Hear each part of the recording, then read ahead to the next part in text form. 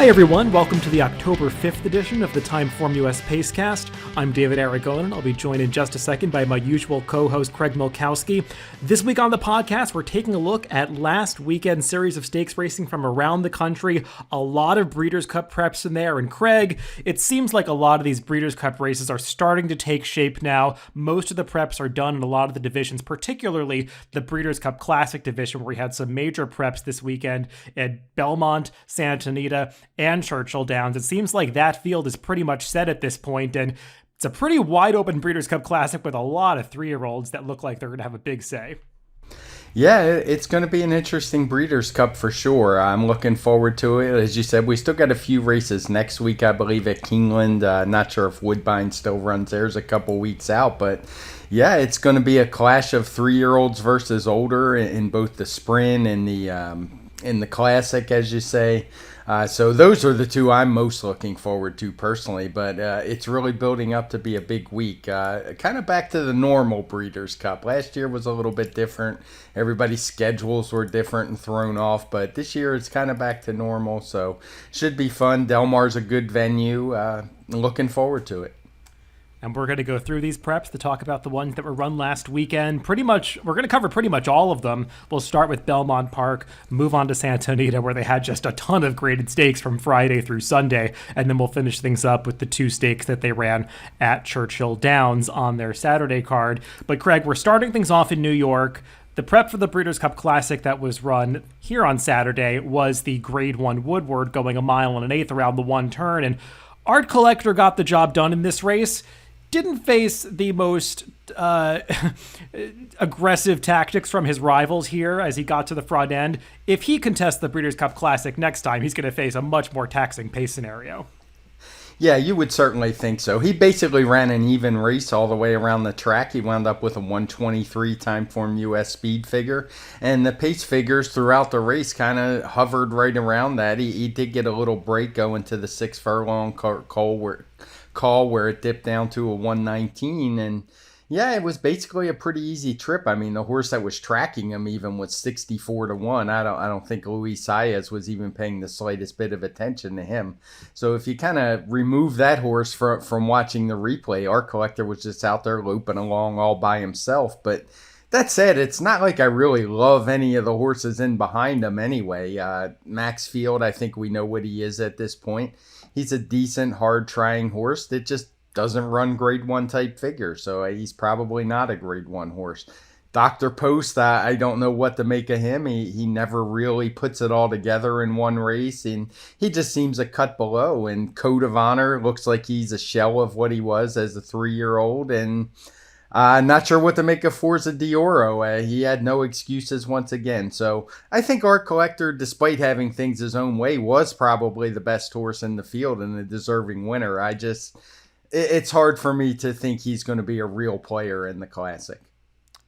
No, I feel the same way. I mean, the one thing I will say about Art Collector that's a positive is that this year, since he's come into Bill Mott's barn, and we even saw this from him last year when he was with Tom Drury, when he sets these paces and gets to relax on the front end, he's a really strong finisher. I mean, you can see it in his stride when he gets into the stretch of these races. He just really takes off and tries hard to the wire, and he responded to the encouragement here and just didn't let any of the closers get into the race, so that's a feather in his cap. But I'm not sure that he's going to be able to get to relax on the lead in the Breeders' Cup Classic, given some of the other speeds that are likely to race there, particularly the 2 winners of the races in Santa Anita and at Churchill Downs from this past weekend, who we're going to get to, both who were front-running winners. So it seems like Art Collector could face a tough situation from a pace standpoint in that race. And like you were saying, Maxfield, he continues to run some solid speed figures, but he's just never really taken that step forward that you would have wanted to see from him to really cement his status as a leading contender for the Breeders' Cup Classic. And I think it just speaks to the strength of the field that we're going to see in that race, because if you had said to me back in the wintertime that Maxfield would be around 15-1 in the Breeders' Cup Classic, I probably would have said that's crazy because he's one of the leaders of the division right now. But we've just seen a lot of 3-year-olds stepping forward, some older horses that have come to the fore and run some faster speed figures through the summer and fall. So it just feels like a really strong Classic this year. And if they proceed on with horses like Art Collector and Maxfield, feels like they're going to be in that second or third tier of contenders. You wonder if maybe their connections will look at a race like the Dirt Mile and want to reroute, but I love to see the strength in the Breeders' Cup Classic because that's the premier race and you want to see the best horses running there. Yeah, for sure. It's going to be a deep, strong field. And don't get me wrong, I don't think Art Collector is a need to lead type. I mean, he did press a pretty slow pace in the Charlestown Classic. He's won from off the pace before, but not very far from off the pace. So even if he doesn't need to lead, he's going to be pretty quick to a pace he's not really used to. Another race on Breeders' Cup weekend that got a lot more clarity this week was the Juvenile, and I think we saw the likely favorite for that race in the winner of the Grade 1 Champagne at Belmont, that being the Chad Brown-trained Jack Christopher, who's now 2 for 2 in his career. This horse was so impressive when he won his debut on Travers Day, and he did not disappoint in his second start in the Champagne. Stalked it on his pace, took over from the hopeful winner Gunite, and was just dominant through the stretch here. Yeah, I tweeted after watching this race that this horse was a freak. And of course, I got some backlash, as you often do. But I really, just watching what I saw, I mean, he ran a really good horse straight into the ground in Gunite. That horse had absolutely nothing left. He just kept going, was never challenged. Now, I will to make a brief segue to this race to do my weekly timing rant, I guess. And I'll leave it to just this race. This race to me was clearly mistimed. I spent the whole day on this race yesterday. You had pointed out that the Frizette in this race didn't look right when you compared them to each other. I went back and dug up some old races at a mile, which isn't too hard because they run it often at Belmont.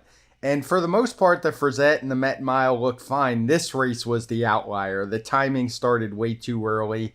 It was probably at least a second too slow. I forget the exact number I came up with, maybe 1.08, something like that. So this race was a lot faster than what that final time looked like. If you watch the replay, you can see that something clearly went wrong. The final time doesn't come up for a long time. When it eventually does, it shows as 3 minutes and something, and then later is revised. I don't know where they came up with that time from, but there was clearly a problem. So I actually tweeted this horse was going to get a 119 TimeformUS speed figure. After I retimed it, I wasn't sure how it would affect it because it was a bit of a tricky day, but that was largely in part due to this race not making a lot of sense. Once I put the time in, he actually ran faster. He's going to get a 123 from me. Some of that is a pace boost. I forget the exact number because the pace was definitely on the quick side because that timing error affected the fractions as well, but really good performance, and I just hope Belmont gets their stuff together with this timer sooner rather than later. No, I mean, I remember I was at Belmont on Saturday, and I do recall that issue with the time in the Champagne, the time not coming up right away. I remember after that race was run, you could see something happening where they were trying to recalibrate the timer, so it felt like there was some awareness there was an issue with that race. I don't know why they didn't check that time, but I'm glad that you did, Craig. And a 123 for Jack Christopher as a 2-year-old. I mean, I'll let you put that in context a little bit, but it's very rare to see a 2-year-old at this stage of his career running a 120 plus, and that 123, that's the exact same speed figure that you gave to Art Collector winning the Woodward. Yeah, the final time, he's going to have a lower figure. As I said, he got a pace boost. Art Collector actually got a little bit of a bump down, but I used the same variant for both races. They're both run around one turn at Belmont Park, so mile and a 16th aren't too tough to compare to each other. So if you're a final time only person, you'll see a difference in the ratings, but it's still not a lot. It's a huge figure for a 2-year-old. I'll have to go back after I tweet this figure out today and see where it looks, where it fits into some other horses. I remember Bolt d'Oro had a really fast figure that was kind of controversial when he ran faster than older horses and the much faster than older females, I believe. But there haven't been too many 120s for 2-year-olds. That I'm sure of. The runner-up in this race, Command Performance, I do think he deserves a mention because he was just a maiden coming in here, also making his second career start. And while he did get a nice pace setup in the sense that Jack Christopher went fast up front, he was really finishing strongly at the end of this race. I think a lot of people expected Witt to be the one that was closing best through the stretch, but he kind of flattened out after having a little bit of trouble on the turn. Command Performance, on the other hand, I mean, he was coming down the center of the track and he was not stopping trying to get to Jack Christopher late. I thought it was a really game performance for this horse in just his second career start. And, we've got the Breeders' Cup Juvenile coming up in a number of weeks, but if you're looking at these horses as Derby prospects for next year, it feels like Command Performance is the one that you would expect to keep getting better with added ground. Yeah, and he ran a big number too. He's going to get a 116 for that effort. And as you know, there was a big drop off to third. I don't even remember who was third, but they dropped down into the low 100s for the third and fourth place finishers. So, yeah, big effort from him as well. As I said, there was a bit of a pace setup, but for horses stretching out and 2-year-olds, you kind of want to see them be able to go longer and finish off their races. And I was impressed by him as well. I think at this point it makes sense to skip over to Sunday's card and talk about the other great one for the 2-year-olds that was run that day.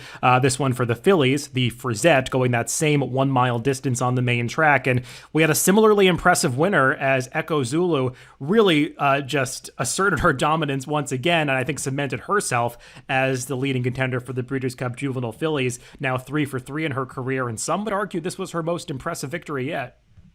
Yeah, she handled it well. I don't know if there were distance concerns or not going in from the connections, but she handled the 1 mile with no problem whatsoever. She's going to get a 108 TimeformUS speed figure. It's not in the charts just yet, but I did do that last night. But the way she did it was fine. It wasn't quite as fast as she ran in the spinaway when she got a 113 pressing and setting, actually a really fast pace. But I like how she looked, and I would imagine she's going to be right there vying for favoritism in about 4 weeks.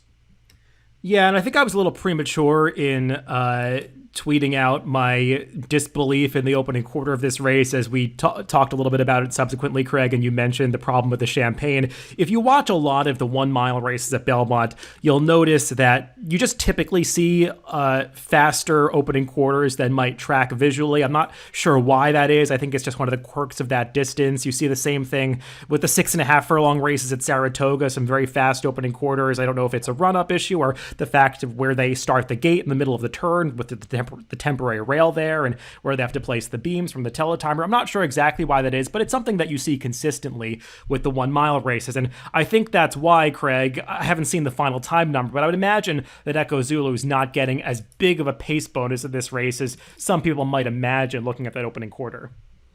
No, it actually was a race that was faster at the end than in the beginning. I just pulled up the worksheet as you were talking. The half mile before the variant was applied was a 136, the 3/4 133, and the final time a 138. So she was actually finishing faster figure-wise than she was going in. The variant was actually 28 for this race, I believe, so that would put the final time at a 110. So she was actually knocked down just a point or two because of that quick pace, or slower pace.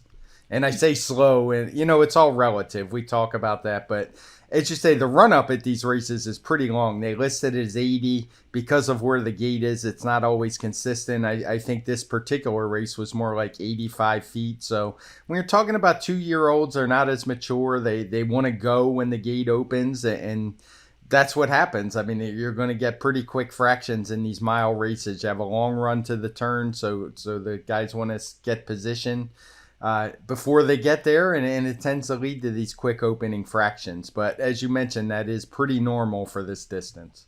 Yeah, and I think we don't stress this enough sometimes, but that's why the TimeformUS pace figures are so valuable as opposed to just looking at raw fractions, because it takes into account all those factors like the run-up, what you typically see, the average opening quarters for the distance, and, most people would assume this was an extremely fast pace in the Frizette, and when you look at a lot of races at this 1 mile distance and how this one was actually run, that was not the case. So I think it's good to make that point and really hammer it home, and you kind of see that in the running line, because the horse that finished finished second, just tracked in second the entire way. That was Gerrymander. She ran really well. Obviously, no match for Echo Zulu. It really wasn't a race that fell apart, though. You didn't see horses doing that much closing. I actually think the third place finisher, Mo Ray, ran pretty well to get up for third, even though she was beaten 10 lengths because she did have to steady significantly on the far turn. But still, this one was all about Echo Zulu, dominant winner, and if she can handle the 2 turns, she's going to be tough to beat in the Breeders' Cup Juvenile Fillies. And since you mentioned the times, just one thing I want to throw out there. This was a faster race than what we saw in the Champagne on the clock. But it was a very different racetrack on Sunday than what we saw on Saturday. I mean, it was clear as day making the speed figures. It was probably, I think it was about a 20-point difference between the 2 days. So that's part of the reason why we do use speed figures and not just raw times. Obviously, it makes it easier to compare different distances as well. But the most important thing is, every day the racetrack can be different, and it clearly was from Saturday to Sunday.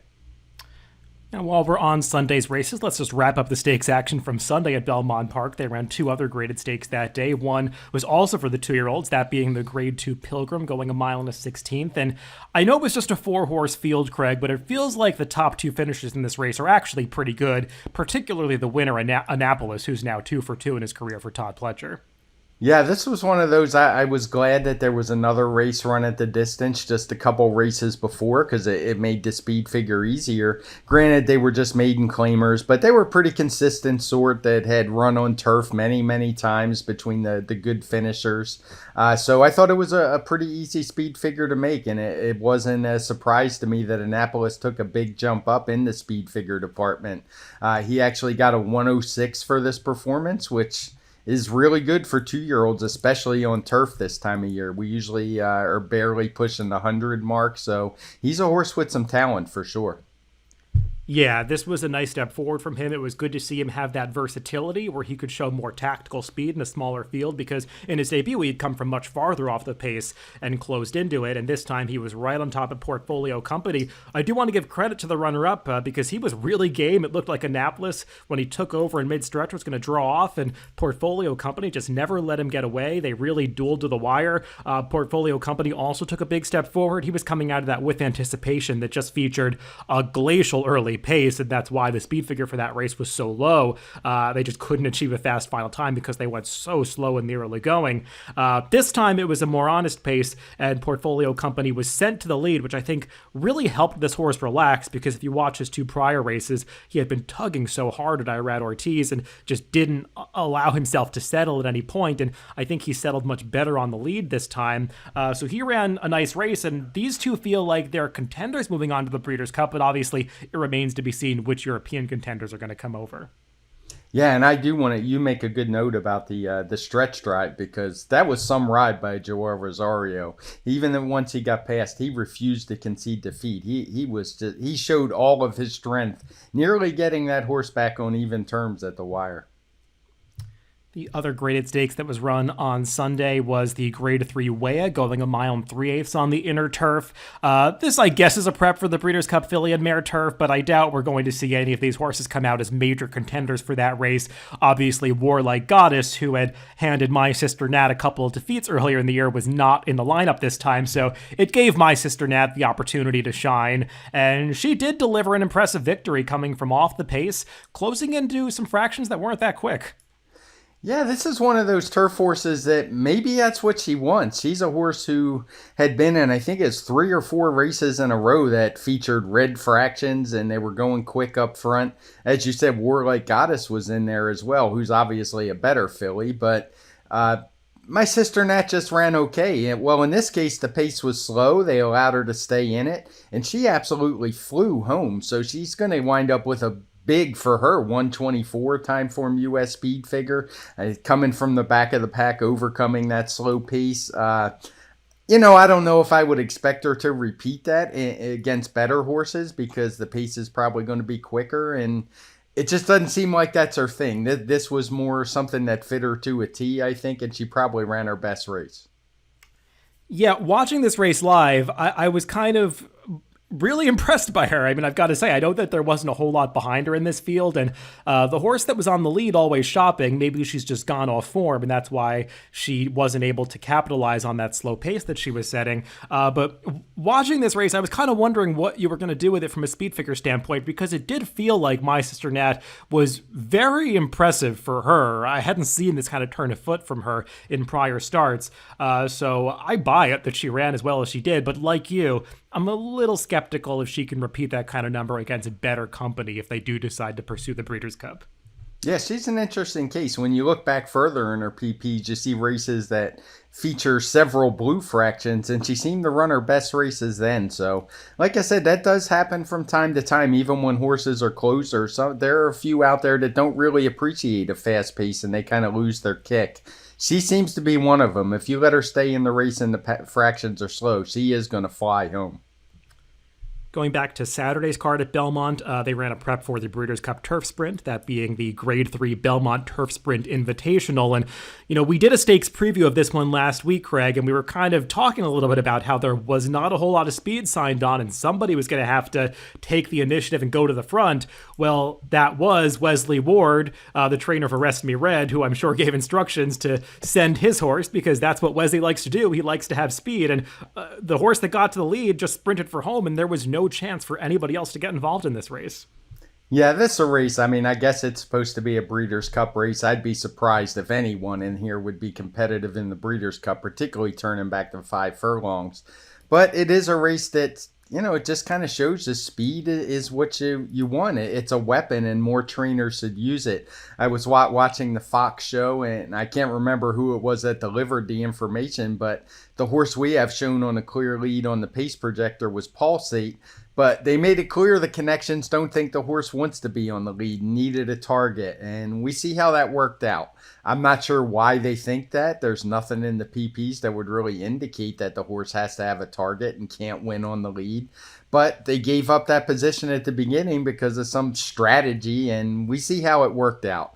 Every now and then it will work out, but usually speed is the way to go. Yeah, I feel like a lot of connections would do well to have maybe a racing analyst on their staff to kind of consult about what kind of tactics they should use in these races, because it feels like a lot of these connections make these decisions about the way that their horses should run without even looking at who else is in the race or how the pace situation has come up. I mean, it didn't make any sense for Pulsate not to be forwardly placed in this one, given how little speed was signed on and the fact that he did have tactical speed. And frankly, those tactics probably cost Pulsate the race, because he does run his best races when he's up a little bit closer. So I like you, I was surprised by that. I didn't get that. I also thought that the horse that I liked in this race, By Land and Sea, got a ride that I still can't quite wrap my head around. I'll do a video on it a little bit later this week when I do my horses to watch segment, but that's one that's going back and worth watching, and maybe a horse to give another shot to next time when perhaps there are different tactics used. But yeah, a race that just a lot of perplexing rides. And like you said, Craig, I'm not sure that it's going to have strong implications for the Breeders' Cup Turf Sprint, because it feels like that there are just better turf sprinters out there. Well, you'll be happy to know, based on the odds, I went down on the same ship you did with By Land and Sea, and to me, that horse was loaded. I have no idea what Jose Ortiz was doing in that race, and I would hope the stewards ask him about it, because that was brutal. Before we move away from Belmont Park, there were a couple of races from earlier in the week on Thursday's card that I do want to mention briefly. A couple of maiden races, actually. One for the older horses, which was won by Happy Medium, a second-time starter for Michelle Nevin. And Craig, we've seen a lot of 3-year-old sprinters this year, especially during the summer and fall, break out with some big speed figures. And we could just add Happy Medium's name to the list, because this was a really impressive maiden victory. Yeah, it was. He wound up with a 121 TimeformUS speed figure. He'd actually run a 113 in his debut when he finished third to Hometown, a really promising sort who has run okay when he stretched out afterwards. But yeah, this was a big number. He did it very easily. He went pretty quick early. No, none of the fractions aren't coded, but for a maiden in his second career start to be putting up a 127 opening quarter mile and just run away from the field, that's certainly one that caught my eye. Yeah, he's a son of Run Happy. He's a half brother to Mendip, who you might remember from a number of years ago. He won a lot of group races in Dubai, was a dirt horse that could go about a mile and an eighth. So we'll see how far Happy Medium ultimately wants to go, but he's definitely a talented sprinter right now. And races like the Malibu could be on the schedule for horses like this, and perhaps even Baby Yoda, who we saw at Saratoga run so fast. I know Flightline's pointing to that race as well. So there are a lot of these 3-year-olds that are very lightly raced at this point that are running some pretty sizable speed figures for this earlier in their careers. And you'd imagine at some point they're all going to match up against each other. So we'll see if that happens after the Breeders' Cup. The other maiden race that I want to mention from Thursday was for the 2-year-olds, and it was won by the Todd Pletcher-trained first-time starter Verratti. This guy certainly did it the right way, Craig, stalking a fast pace and just kept going on the lead. Yeah, this was a big number for a 2-year-old filly. She actually ran a 110, which is better than what we saw from Echo Zulu, albeit in a mile in the Frizette. But just a big effort from her. It didn't seem like she was a big surprise. There was a Chad Brown filly in there that took a lot of money, but she wound up going off the 7-2 second choice. And yeah, that's a really solid effort from her, and one that bodes well for the future. Just seems like these Into Mischiefs, very few of them can't run. I do think Verratti is a colt, so yes, we'll refer to him as a he, but I do that all the time too. But yeah, no, he was impressive in victory, like you said, stalking that pace, and he finished this race well, was definitely ready to fire on debut, that son of Into Mischief. But this feels like one of these maiden races in the fall at Belmont that could be a key race down the line. It's sometimes hard to predict that, but the runner-up Triple Elvis, I mean, he was a bit of a disappointment, though. He did step forward here. He was a heavy favorite, but the 3rd and 4th place finishers, Mo Donegal and Green Jacket, they both have pedigrees to suggest they're going to want to go a lot farther than 6.5 furlongs, particularly Green Jacket, who's out of a half-sister to Gun Runner, and they were closing decently at the end of this race. They did get pace, but they seem like a couple that are definitely going to improve when the distances get longer, so this is one where I'd keep an eye on some of the runbacks out of this race moving forward. Let's hop over to Santa Anita and talk about their wide array of stakes races that they ran last weekend, beginning with some of the Grade 1 action in the Awesome Again, their feature race from Saturday's card, and it was won by the 3-year-old Medina Spirit, who got back to the winner's circle once again. He won his prep for this in the Shared Belief against fellow 3-year-olds, but he stepped up here against the older horses and put in arguably the best performance of his career to get the job done in very convincing fashion. Yeah, he certainly did. It was his best speed figure-wise for sure. He wound up with a 127 TimeformUS speed figure on what was a pretty easy-to-make speed figure day. We do have it coded in bright red. I haven't had a chance to go back and look at it. I saw a lot of talk on Twitter about it being a biased track, but honestly, I have no opinion at this time. I just didn't have a chance to review the races yet. Our algorithm says it was, so, we'll see what I find. I'll talk about that later in the week, but I don't know that it mattered in Medina Spirit's case. He was able to assume the lead. He didn't have to go too fast to do it. Nobody really pressed him early. And once that happened, we've seen it before. He is a very tough horse to run down, and he just kept running away through the stretch. So I would imagine the Classic is next in his future. He would have to take yet another pretty big step forward, I would say. But he's certainly going to be there and be a pace factor. Yeah, I'm glad you brought up the way the track was playing at Santa Anita, because when I was watching those races, I had the thought in my head that maybe there was a bias situation. And rather than a speed bias, I saw it as being more of a rail bias, and Medina Spirit did ride the rail much of the way, and it should be noted that the horse that was second here, Stiletto Boy, the other horse that rode the rail the entire way, finished second at 54-1. We'll talk about some of the rail horses and how they ran in a dirt sprint that was also run this day, but it feels like the rail might have been helping horses a bit at Santa Anita on Saturday. That said, Medina Spirit still ran very well to win here, and he was just dominant in victory. I mean, you don't win by 5 lengths by accident. Nobody really pushed him on the front end, and the pace was on the moderate side. Like you said, he's going to have to step up again if he's going to win the Breeders' Cup Classic, and he's going to have to deal with some really legitimate speed horses if John Velasquez and Bob Baffert hatch a plan to take the lead in that race, because Medina Spirit no doubt has run his best races when he's on the front end. So we'll see how all of that plays out tactically in the Breeders' Cup, but this is a horse that clearly is moving forward at the end of his 3-year-old season. Yeah, no argument there. The big surprise, as you mentioned, was Stiletto Boy. He was probably helped by that rail if it was good, as you say, but he shouldn't have been that big of a surprise. He had actually come in off a pretty decent race behind Medina Spirit last time. Some of these others just had some pretty big question marks, I think. So, neither one of us have been the biggest fans of the West Coast California horses or the older horses in general. So it's not really a surprise to see a 3-year-old just come in and dominate him. There were plenty of other Breeders' Cup preps run this past weekend at Santa Anita, including many on Saturday. Earlier in the day on that Saturday card, we saw the Grade 2 City of Hope Mile, which was won by Mo Forza, who is just a win machine. I think this was his 8th victory in his last 9 starts. He's had a lot of layoffs interspersed between those victories, but he got the job done here, as he often does. Interesting race tactically, though, Craig, because it seems like they really sped up in the middle portion of this race.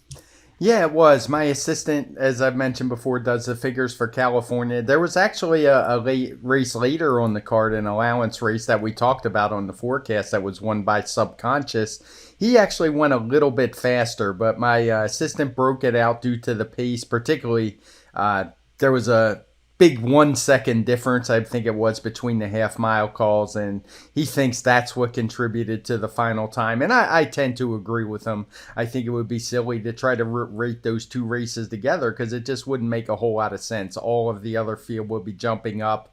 All of the City of Hope field would be moving down quite a bit. So I don't have any problem with what he did. Mo Forza got a 121 here, and as you said, he just likes to get the job done. He's got a nose for the wire, and he always seems to find it. For once in my life, I finally decided I wasn't going to try to beat him this time. I usually do because he's the kind when you watch his races, he just makes you thinking, he's not going to get it done next time. He's not going to get there. He needs everything his way, but he doesn't. He just keeps winning, keeps getting up. I'm not sure what to make of it from a Breeders' Cup perspective. I don't really think he's a true contender in a race like that. Just beating up on these same California horses over and over again doesn't do a whole lot for me, but I can see where people would like him because he just keeps winning. Yeah, I saw a lot of people on social media that were very impressed by this performance. From a visual standpoint, I thought it was more workmanlike than anything. Smooth Like Straight, who was his main rival, took a real challenge from the long shot Red Storm Risen about halfway through the race. That horse was very rank, and Joe Bravo just kind of let him run off, and that's why you see the pace get so much faster from the half mile to the 6 furlong fraction. They ran a really fast quarter around that far turn, and I think that probably ended up beating Smooth Like Straight because he just didn't have the necessary energy left to fend off Mo Forza once he came to him at the end of the race. I also think Hit the Road ran well to be third. He shouldn't go without being mentioned here because he was perhaps most pace compromised of all. Trying to close at the end, was actually coming on faster than Mo Forza at the end of this race. But like you said, I feel like if any decent Euros come over, they're going to be better than these horses. No disrespect to Mo Forza because he does have that nose for the wire. It just feels like he's going to have to really produce a career best performance to even hit the board in the Breeders' Cup Mile. Moving on to another graded turf stakes at Santa Anita on Saturday. The last race of the day was the Grade 2 John Henry Turf Championship. And Craig, I watched this finish in slow motion a lot of times. I feel like I still can't believe that United got up. It really never looked like he got his nose down in front of Acclimate, who ran a really valiant race. Got to give credit to that horse, who set a fast pace on the front end and just got nailed by United at the wire.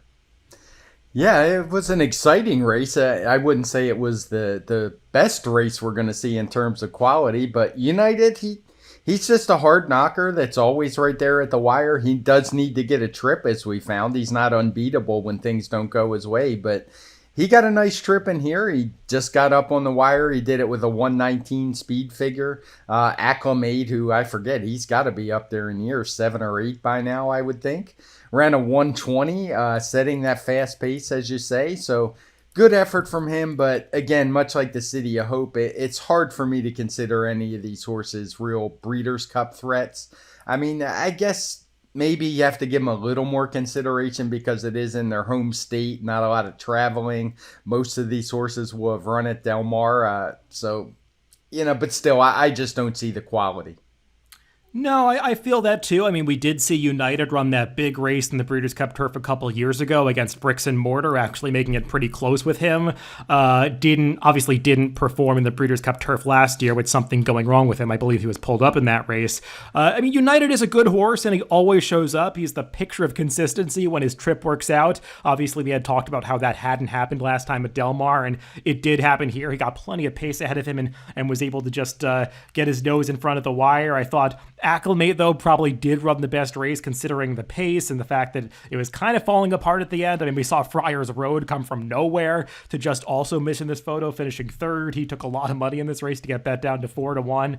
And when you've got a blanket finish like this on the turf, it typically means it wasn't the strongest race. I'm not sure that I really would want any of these horses moving on to the Breeders' Cup, but like I said, United has stepped up in the past. So, I mean, if he's a big price, maybe he's one you do want to consider given that home court advantage. The one horse I do want to see move on to the Breeders' Cup is Acclimate for obvious reasons. He will be sure there's an honest pace in there. No, that's a good point. You always love to see horses like Acclimate in those big races because you do want to see them be truly run affairs, and he always makes it so. Moving on to the Grade 1 Rodeo Drive. Still a Grade 1. I wonder how long that will be the case given the quality of the field we saw this year. But we talked about it on the podcast last week, Craig. Going to Vegas, figured to get a perfect trip, and she really needed every bit of that pace advantage to hold off her stablemate. Yeah, we talked about it. This wasn't the most exciting race. It was played out exactly as predicted by the pace projector and us as well. Slow pace, easy lead. Just able to hold on. And personally, I would imagine you agree. I think Luck probably ran the better race with any race at all, any pace at all. She wins that race pretty easily. I think it was one where she not only did she not have pace, she was kind of wide. She didn't have a lot of cover. She put in a long run. So I was more impressed by the runner up. But in the end, going to Vegas only got a 116 speed figure, Luck a 117. So probably not a true Grade 1, as you say. Let's move right on to some of the Friday races that were run at Santa Anita, and we saw two of their major preps for the juvenile and juvenile fillies. Among the 2-year-olds, the Grade 1 American Pharaoh was won by the Bob Baffert second-time starter Corniche, who does deserve credit for stretching out all the way from 5.5 furlongs in his debut to handle the mile and a 16th in his second start, but he got a pretty easy trip on the front end. Yeah, I wasn't blown away by Corniche. I mean, he had won his first race out with a 109. He ran a 108 here. He proved he could handle 2 turns and the distance. But when you compare him to a horse like we saw at Belmont, Jack Christopher, it's just not on the same level. So it's a Bob Baffert trainee. He usually kind of builds into the builds the horses up as they go. They don't come out usually firing really fast speed figures. So maybe there's more in the tank, but no knocks on him. But he is what he is at this point, a 108. I will be curious to see how heavily he gets bet because of the connections, the fact that he's undefeated, and I'd probably take a shot against him in here if he winds up going favored. Yeah, it would be hard for me to see him going favored over Jack Christopher, though I guess anything's possible. Bob Baffert is one that has a history of doing well in these races. His debut was impressive. It was one of those debuts, though, where I did want to see him run back to that figure because I think the jury's still out on how strong that field was and whether he truly is a two-turn kind of animal. He did handle it here. I thought he did it well. He was riding the rail the entire way, though I didn't think the rail was quite as strong on Friday at Santa Anita as it was on Saturday.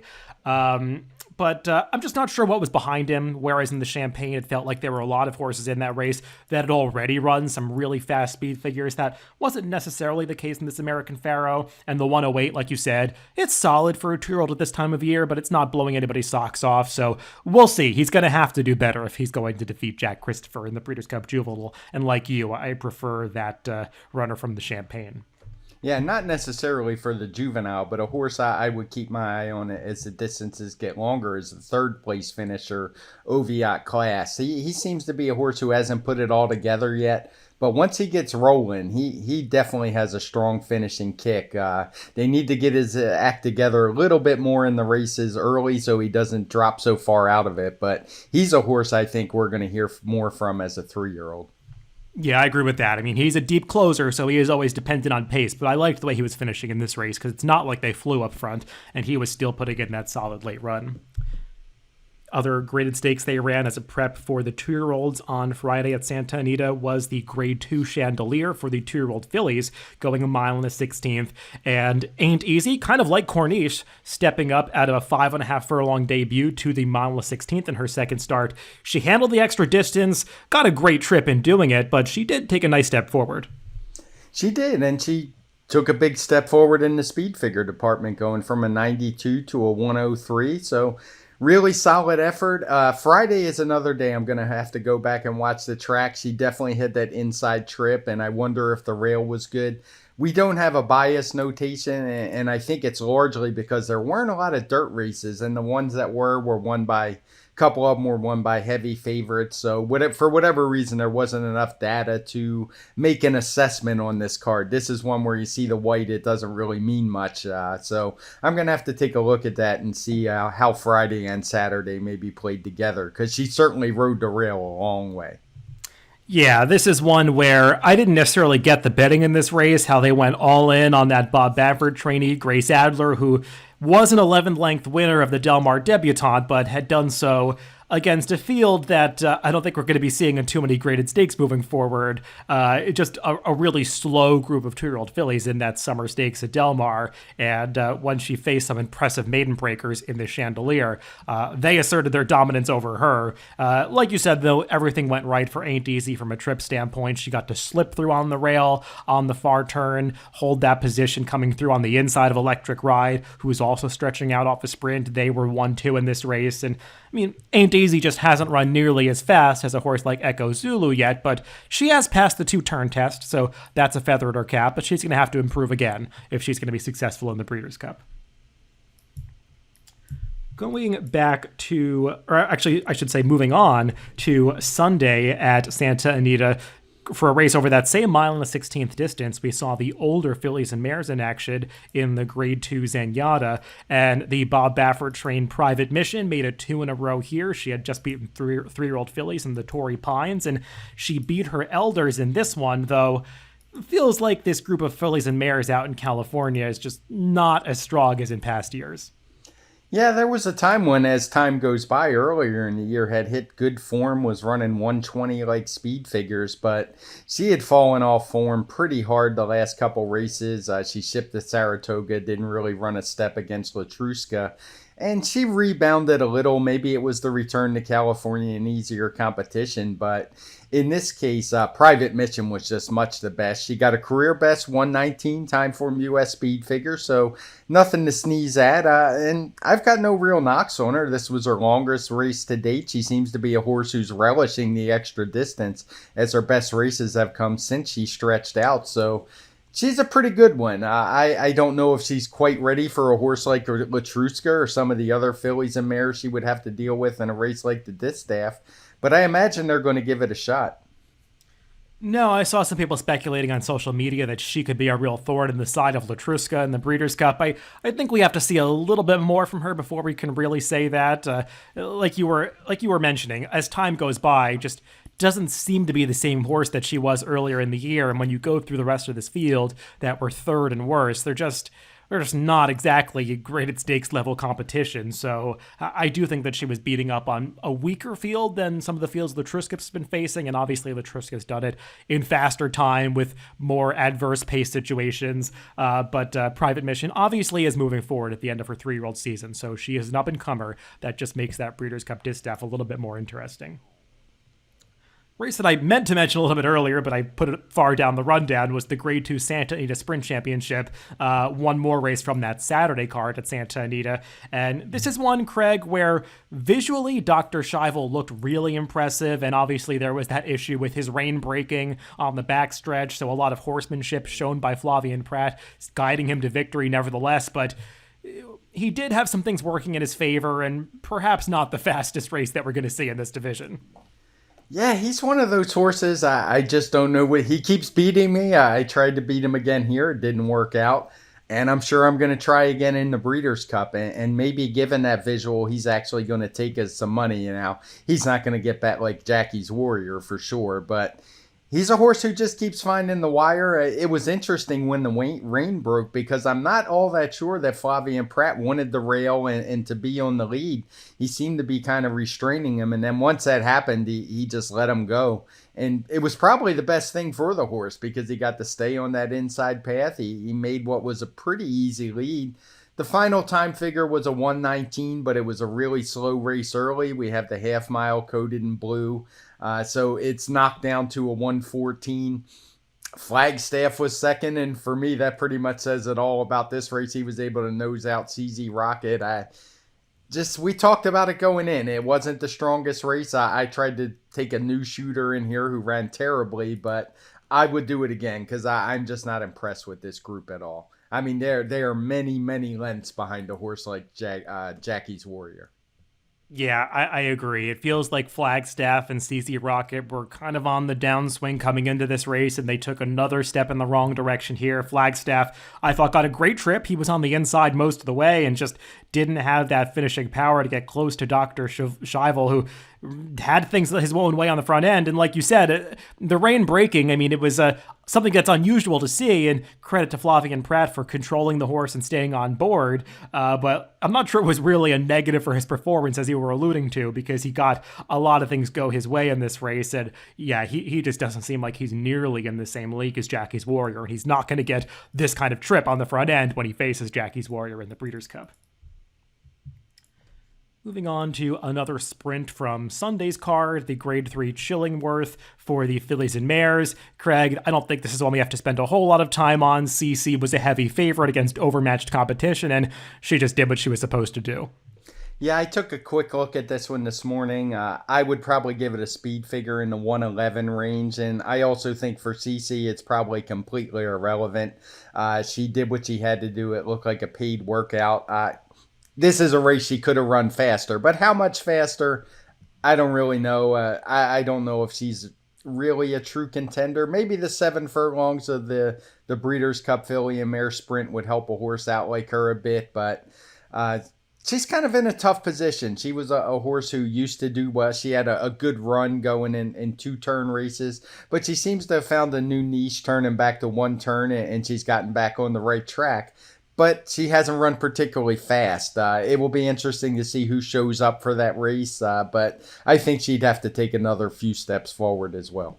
On Friday's card at Santa Anita, between those 2-year-old stakes, they ran the Grade 2 Eddie D on the downhill turf course at Santa Anita, which we hadn't seen in quite some time, but cool for them to bring that distance back. And they really ran quickly down the hill in this race as they went the half in sub 43 seconds. You do tend to see some very fast raw times down the hill, but kind of an eye-opener to see those fractions pop up if we're not seeing them run that distance in so long. And Lieutenant Dan, who was coming off a victory going 5 furlongs in the Green Flash at Del Mar, also got the job done down the hill.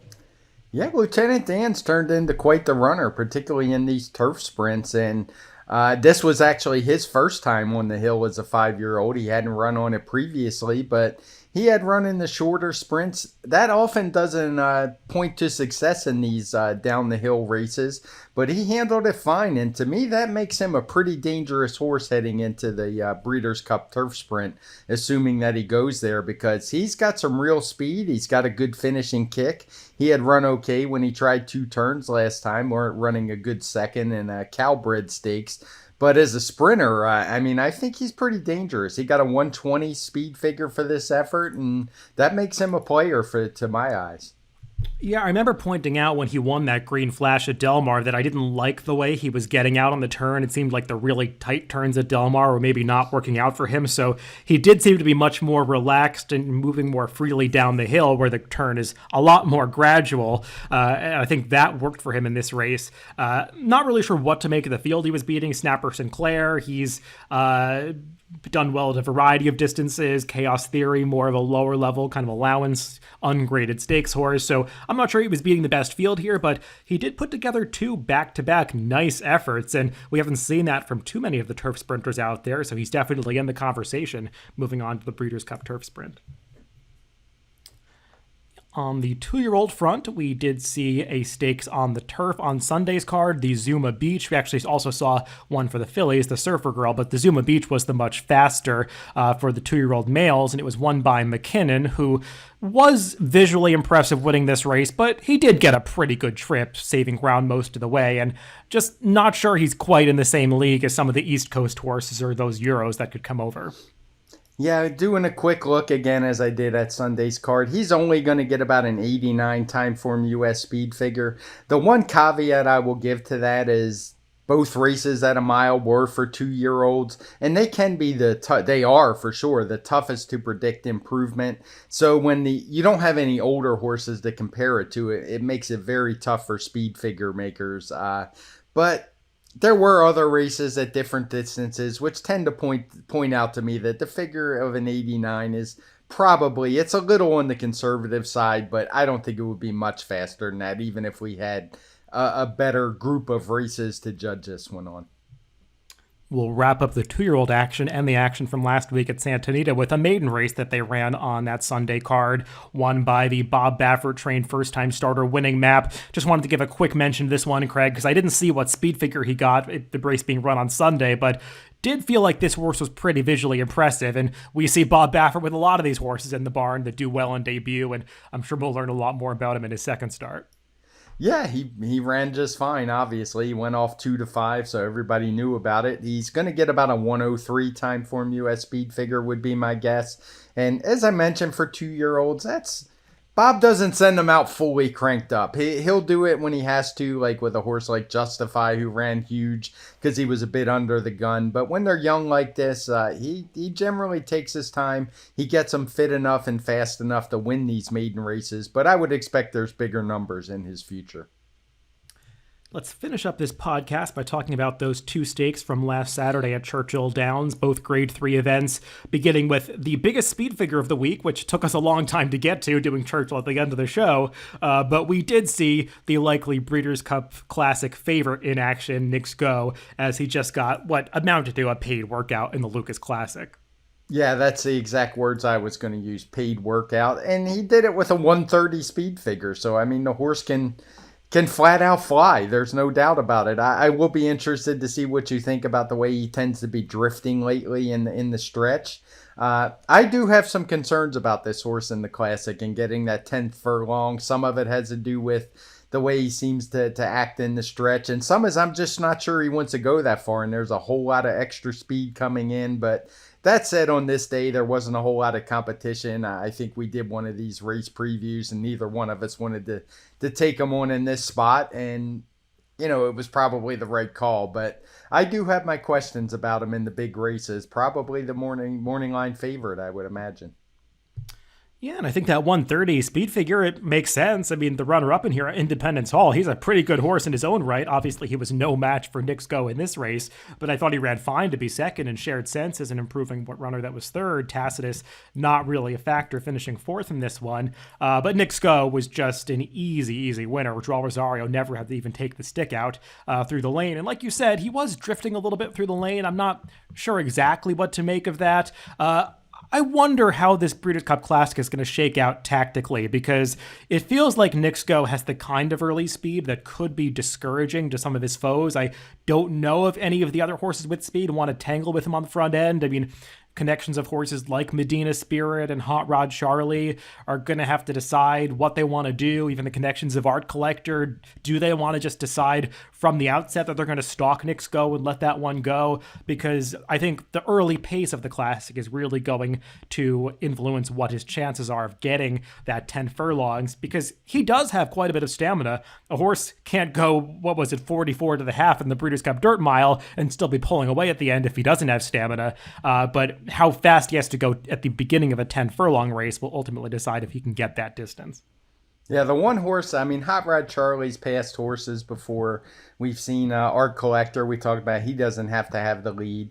But the one I would say who is not going to see the lead would be Medina Spirit. The only time we've seen Bob Baffert employ that strategy was when it was his own stablemate and Life is Good. So if there's going to be a horse try to take it to him, I would think Medina Spirit's the one.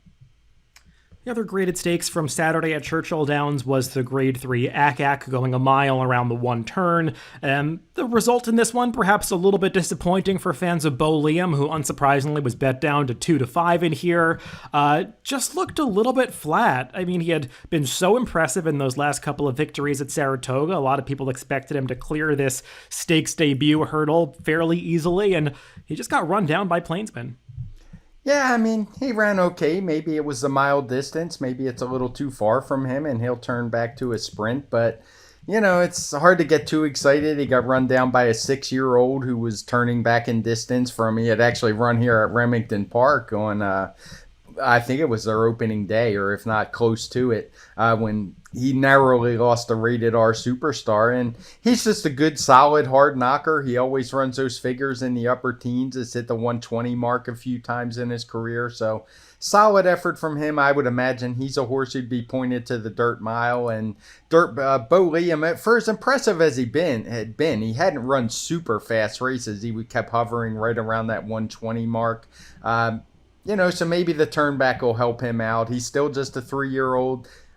Curious, do you think the mile was too far, or maybe he's just done a little too much and is ready for a break? I have a slightly different perspective on it. I'm not sure that the mile was too far. His regular rider, Ricardo Santana, was in New York on this day, so he was not riding him. Brian Hernandez Jr. was riding Bo Liam for the first time, and I thought he was maybe a little bit too conservative trying to get this horse off the pace early, because it's not like they were flying up front. And in his races at Saratoga, Ricardo had been really aggressive with this horse in the early going to make sure that he was up close to the pace and had gotten him into gear before they even got into the stretch, because he's not one of these horses that has natural, brilliant early speed. You really have to ask him to get there. And it felt like once Hernandez asked him to go in the stretch, he was almost kind of going up and down for a little bit, and he didn't figure it out and really get on gear until the final eighth of a mile. And if you watch the end of the race, he was actually gaining on Plainsman at the end, but it just felt like he didn't figure out that was his job to pass that horse until it was too late. So I'd be willing to give Bo Liam one more chance, and I'd like to see him put on the lead when he tries to go a route distance the next time. Well, that's all the stakes action to wrap up from this past week. There was a lot of it, as there always is when they run these preps for the Breeders' Cup, but it's pretty cool to see these races actually taking shape, and we'll get some final clarity on how these fields will shape up over the next couple of weeks, particularly next week when they run stakes races at Belmont and Santa Anita, and especially at Keeneland, where there will be some races for the 2-year-olds and the older horses on the turf. So we'll look forward to all of that action. Just a little bit of housekeeping. I will not be on the TimeformUS forecast with Craig later in the week. I am taking a day off this upcoming Friday. So, Craig, I believe you'll be flying solo when you do that show on Friday. Yeah, I'm going to reach out to a few people. I haven't decided who I want for a guest. I want to decide what races I want to do first, but I'll try to get somebody on with me because I don't like talking to myself. But one way or another, there will be a show, even if I do have to do just that. Everybody, remember you can always listen to these podcasts on drf.com, Apple Podcasts, Spotify, and YouTube, wherever you get your podcasts. Just make sure to subscribe to the Daily Racing Form channel. Thanks for tuning in this week, and make sure to catch that TimeformUS forecast with Craig on Friday.